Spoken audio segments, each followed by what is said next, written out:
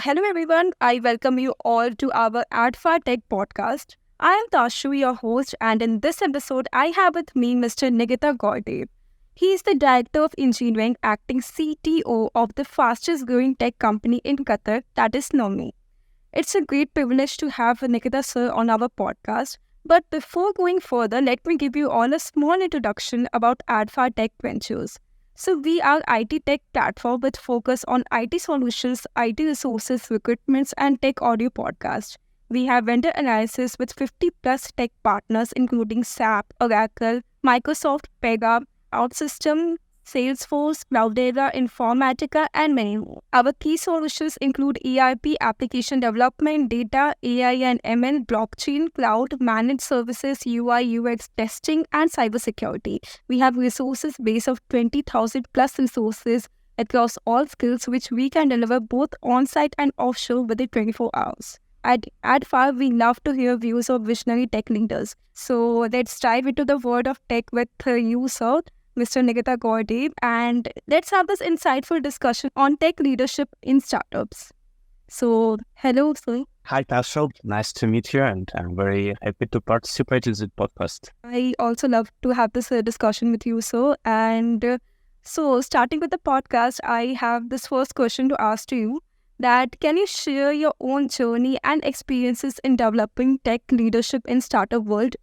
Overall, I had about 15 years of experience in different IT companies across the world. My main experience is in European and Russian companies, from telecom to banking and even confectionery fabrics. And Snoonu is, to be honest, my first startup. When I joined wasn't 2.5 years ago as an athlete. And now, after a few promotions, I'm growing together with the company. Yeah, and it's from the March, I'm acting CTO in the Snoonu. And as I mentioned, I'm growing and learning together with the company. And from April, I also participate in MIT professional program for a CTO, where we discussing and studying with MIT professors and for the network of CTO and engineering leaders, problems of leadership, planning, road mapping in tech companies. That's really impressive, sir. And in that only, can you tell us about the unique challenges and opportunities for tech leadership in the startup ecosystem in Qatar and the Middle East region? Yeah. So in Qatar specifically, there are not many tech companies right now. So market is really open for new companies, for new leaders who want to really build something in startups in Qatar. And we have here a lot of good universities. So there are many students and fresh graduates who are really embarrassed to grow and to work in tech companies. And it's a good opportunity for everyone to join these startups in Qatar. And for Middle East, of course, there are much more opportunities. For example, in Dubai, and Saudi is also growing very fast. Oh, that's really great, sir. I want to ask you that what are the key qualities or attributes you believe make a successful tech leader in a startup environment? Startup, they're usually it's fresh companies with new challenges for startups coming every day, goals change mostly. So the main attribute for a leader in startup, usually it's flexibility and the ability to adapt to changes fast, to make decisions in very complicated and usually unknown areas fast, and to be able to focus on something important and to not to do things that will not bring awareness, because in startups usually even resources is always very limited, and if you could not understand your North Star, your main focus, and to follow it, you will just spread across and you couldn't achieve any success. So flexibility, decision making, and focus. Yes, I truly agree, sir. And how do you balance the need of technological expertise with leadership skills in a startup setting? Yeah, it's a very interesting and personal question for me because almost all my career I was an engineer. Yeah, so I'm a developer, software engineer, and during most of my career I was more engineer than manager.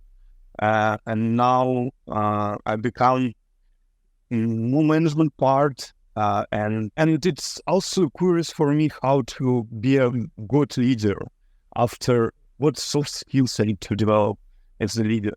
And to be honest, before I thought that hard skills is something that's real important, and the only thing that is important for manager. But now I understand that soft skills, empathy, emotional intelligence, and so on, it's also important. I'm still keeping the engineer. I'm pretty sure that technology leader must be very good in tech and engineering and software development, and so on. But yes, soft skills, it's, I think, at least 40% of your success. Someone will tell you that it's 70 or 80, but it's still not decided for me. I still think that hard skills, it's something really important. And also one thing that I mentioned, we are a very multinational company. We have around 60 plus nationalities in Snoonu. And that I found that for some nations, it's very employees very need to be their manager more hard skill, because they will not trust you if you are not really good as engineer just because their mindset is working in that way. For some cultures, it's not so important, so they are more looking at how you operate as a leader, as for your soft skills, and they don't really important for them that you will be a good engineer. Yeah, so that's why it's also to understand with which people are you working and what is their mindset and what they're looking more in their manager. That's really insightful, sir. And then I'm enjoying this discussion and this insights you're giving till now. And after that, I want to ask you that, can you provide examples of effective strategies for developing a strong tech leadership culture within a startup? Yeah, in Snoonu, we are put a lot of attention to grow leaders inside the company. As I mentioned before, there are like universities in Qatar, and we every year we get interns of fresh graduates, also for like last year students from Qatar universities. We also have internship program in our tech offices in Kazakhstan and Tajikistan. And some of our interns already grow to the positions of the tech lead and engineering manager. Also, we are restructuring our team structure and tech department structure in the summer, and to have a smaller teams, more focused and more flexible teams. But this requires for us to have more managers or technical leads over these teams. So we will promote some of our engineers to leads of these now featured teams. And for engineers, it's really could be sometimes very complicated to switch to the management role. That's why we created a series of workshops to help our new leaders, and not only new, even old one, to understand how to really lead their teams, how to getting feedback from the teams, how to reduce stress in the teams, and how to perform better and achieve better results on the team.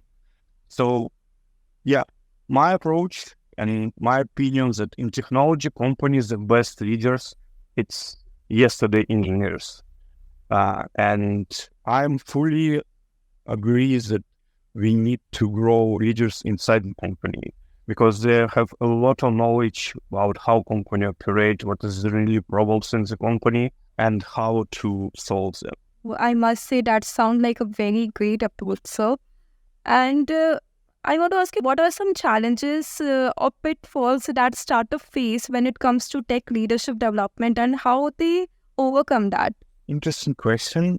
I think it's really different from one company to another, from one startup to another, because leadership culture starting from the top management. We are in Snoonu, we are very lucky that our founder and our CEO building a very good leadership culture, innovation culture. Therefore, we are open and search for a new opinions for growth, and it's really great to work in such kind of environments. But sometimes I saw some companies, startups, very leadership is very strict. They are more common and more common style leaders that prevent a lot of initiatives. They not, they not grow in an agile culture. It's most strict and very hard limited culture. And I think it is to grow successful startup, you need to build innovative culture inside the company. And first, and you need to start from top management. And you need to teach your top managers or get your top managers from outside with this mindset, not the or bureaucracy, commander, and so on. I also indeed agree with this, sir. And in this fast-paced world of startups, how do you ensure that tech leaders continue to learn and grow in their fields? I think in a tech, in engineering world, all successful engineers have their ability and they're always teach something new in their professional life. So when we are grow managers from engineers, I think they will keep this ability and habit to learn every day. Maybe it's not a new framework, but new leadership practice or something like that. So as engineers must be very educatable and fast grown and understand new things every day. I think managers who grow from engineers will also must do the same. And our responsibility as leadership, as a top management, is just to help them and to create an environment when they could really grow, when they could learn new things, when they could fail and fly again. Yes, that's indeed great, sir. And also, you shared some of this before also, but again, I want to ask you that can you specifically tell about the strategies that your company, Snoonu, has employed to build and nurture the tech leadership team in this competitive market like Qatar? As I mentioned before, we are 16 nationals and we are 70% remote, especially when we're speaking about tech. So when I joined the company, I was responsible for opening new office in Kazakhstan, to hire new developers from that region. So I think for now, Middle East and Qatar are very focused on some Asia regions to hire new engineers, leaders, and sometimes, this is getting competitive. You need to hire, increase salaries, because we compete with each other when we hire someone. But I think we need to extend our markets when we hire people first. So it's for Snoonu, we are hiring in South America, for example, in Kazakhstan and Tajikistan. So we are extend our market where we could operate as employer, and where we could hire really great engineers for the and with good experience for the same, or I could say salary or even less, but no one else in the region are hiring in that areas. That helping us a lot. And this new blood will also help us to build this environment inside. And I think it's our really, really big competitive advantage when you compare us with other Qatari companies or even other startups in the regions. We are very, very diverse. We have experience from South America to Japan and from all over the world. Oh, wow. After listening to this insights that you're sharing, I must say Snoonu is going to achieve some greater heights in the future. Yeah. We will get the first Qatar unicorn, if no our missions. That's so great, Surf. And I want to ask you one last thing, that could you share one major lesson that you have learned from your journey as a CTO in this Qatar startup ecosystem? Yeah, definitely. For me, it was a lot of challenges because it was my first really Middle East experience in my professional life, and even was first time in the region. It's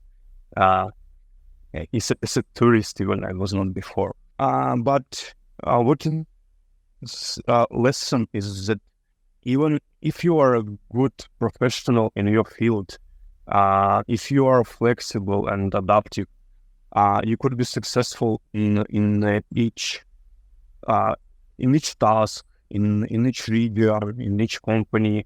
Of course, if this company are like close to you might set them open enough.